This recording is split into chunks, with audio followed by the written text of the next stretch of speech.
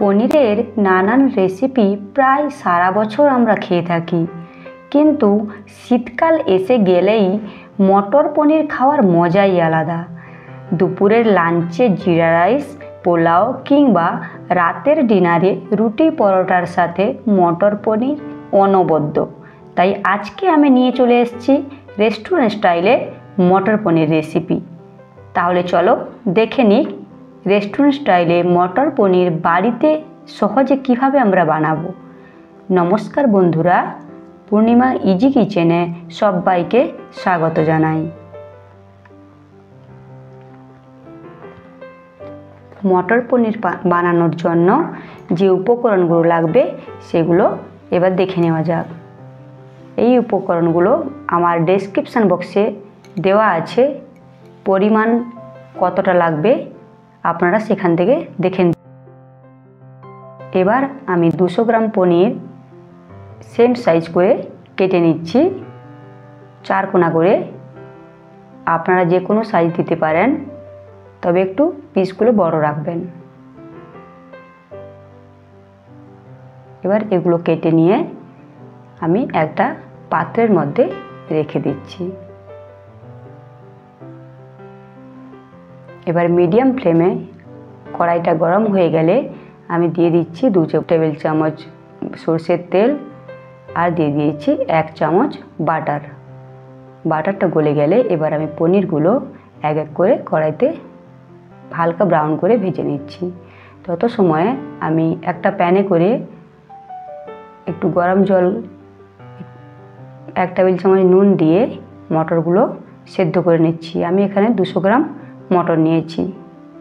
মটরগুলো বেশি সেদ্ধ করব না, সেমি বয়েল করব। এবার দেখুন পনিরগুলো এক সাইড করে ভাজা হয়ে গেছে, আমি উল্টে দেব। দেখুন সবগুলো পনিরই ব্রাউন কালার হয়ে গেছে। এবার আমি পনিরগুলোকে একটা পাত্রে তুলে নিচ্ছি। পনিরগুলোকে আমি একটা বাউলে উষ্ণ গরম জলে কিছু সময়ের জন্য ভিজিয়ে রেখে দিচ্ছি।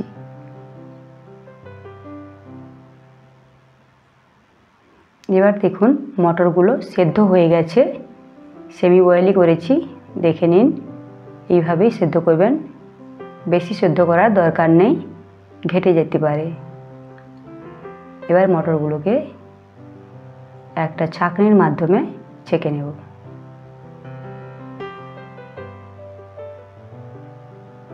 এবার যেই কড়াইতে আমি পনিরগুলো ভেজেছিলাম ওই তেলেই আমি দিয়ে দিচ্ছি রসুন,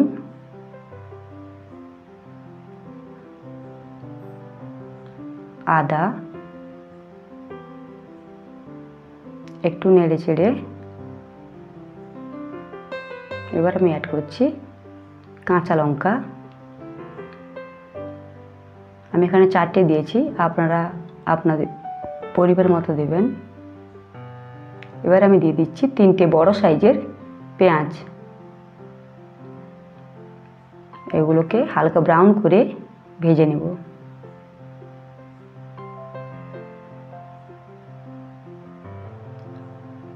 পেঁয়াজগুলো হালকা ব্রাউন হয়ে গেছে।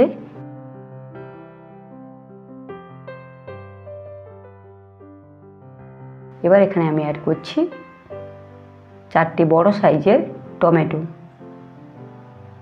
একটু টক ভাব আনার জন্য আমি বড় সাইজের 4টে টমেটো দিয়েছি।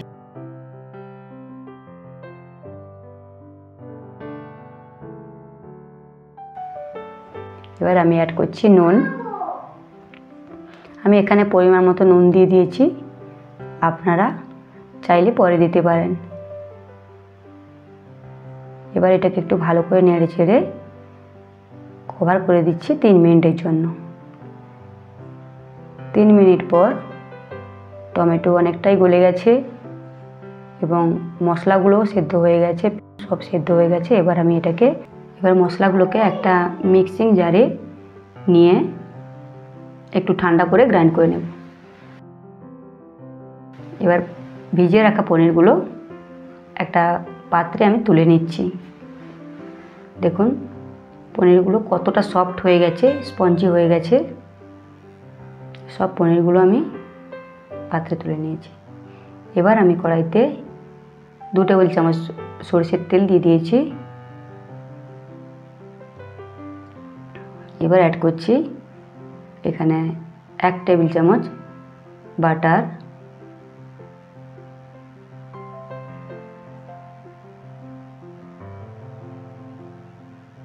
বাটারটা দিয়ে একটু নেড়ে চেড়ে তারপর দিয়ে দিচ্ছি 2 টুকরো দারুচিনি, 1টা তেজপাতা কেটে ছিঁড়ে দিয়েছি, 4টা লবঙ্গ আর দিয়ে দিচ্ছি এলাচ 3টে। এবার এগুলোকে একটু নেড়ে 1টা শুকনো লঙ্কা,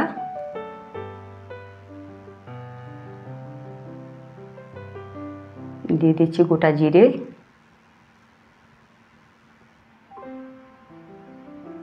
এবার একটু নেড়েই মশলাতে এবার অ্যাড করে দেব পিষে রাখা টমেটোগুলো। একটু নেড়ে চেড়ে এবার আমি এখানে একটু অ্যাড করব জল, কেননা মশলাগুলো একটু লেগে যেতে পারে, তার জন্য আমি এরপর আর জল অ্যাড করব না। এবার কিছু সময় পর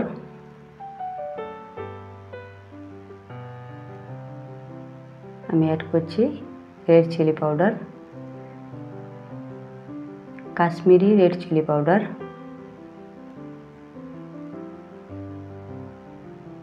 ধনে পাউডার, গরম মশলা আর দিয়েছি একটু হলুদ গুঁড়ো। এবার এটাকে খুব ভালো করে মিশিয়ে 5 মিনিট ঢেকে দিয়েছিলাম। 5 মিনিট পর দেখুন অনেকটাই তেল ছেড়ে দিয়েছে। এবার এখানে আমি অ্যাড করে দিচ্ছি বয়েল করে রাখা মটরগুলো। মটরগুলোকে ভালো করে মিশিয়ে নিচ্ছি। আবার এটাকে কভার করে দিচ্ছি 5 মিনিটের জন্য। 5 মিনিট পর দেখুন মটরগুলো সেদ্ধ হয়ে গেছে, যতটা বাকি ছিল পুরোটাই সেদ্ধ হয়ে গেছে। এবার আমি মশলাতে অ্যাড করে দিচ্ছি পনিরের পিসগুলো।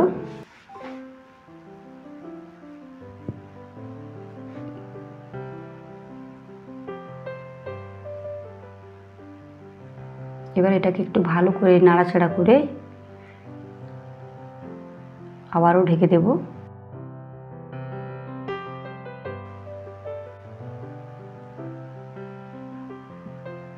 আবার 2 মিনিট পর দেখুন পনির দেওয়ার পর মশলাটা বেশি সেদ্ধ করবেন না, হয়ে গেছে আমার একদম রেডি। এবার আমি এখানে ফ্রেশ ধনেপাতা কুচিয়ে দিয়ে দিচ্ছি, দিয়েই আমি মিশিয়ে দেব। ভালো করে মিশিয়ে 2 মিনিট গ্যাস বন্ধ করে দেওয়ার পর আমি সার্ভ করব। আজকের আমি মটর পনির সার্ভ করছি জিরা রাইসের সঙ্গে। আপনারা চাইলে আমি এর পরের ভিডিওতে জিরা রাইসের রেসিপিটি শেয়ার করব। ভিডিওটা যদি ভালো লেগে থাকে অবশ্যই আমার চ্যানেলটিকে লাইক, শেয়ার অ্যান্ড সাবস্ক্রাইব করবেন এবং পাশে থাকা বেল আইকনটি প্রেস করে দেবেন, যাতে নতুন নতুন নোটিফিকেশান আপনার কাছে পৌঁছে যেতে পারে। ধন্যবাদ সবাইকে, ভালো থাকবেন, সুস্থ থাকবেন।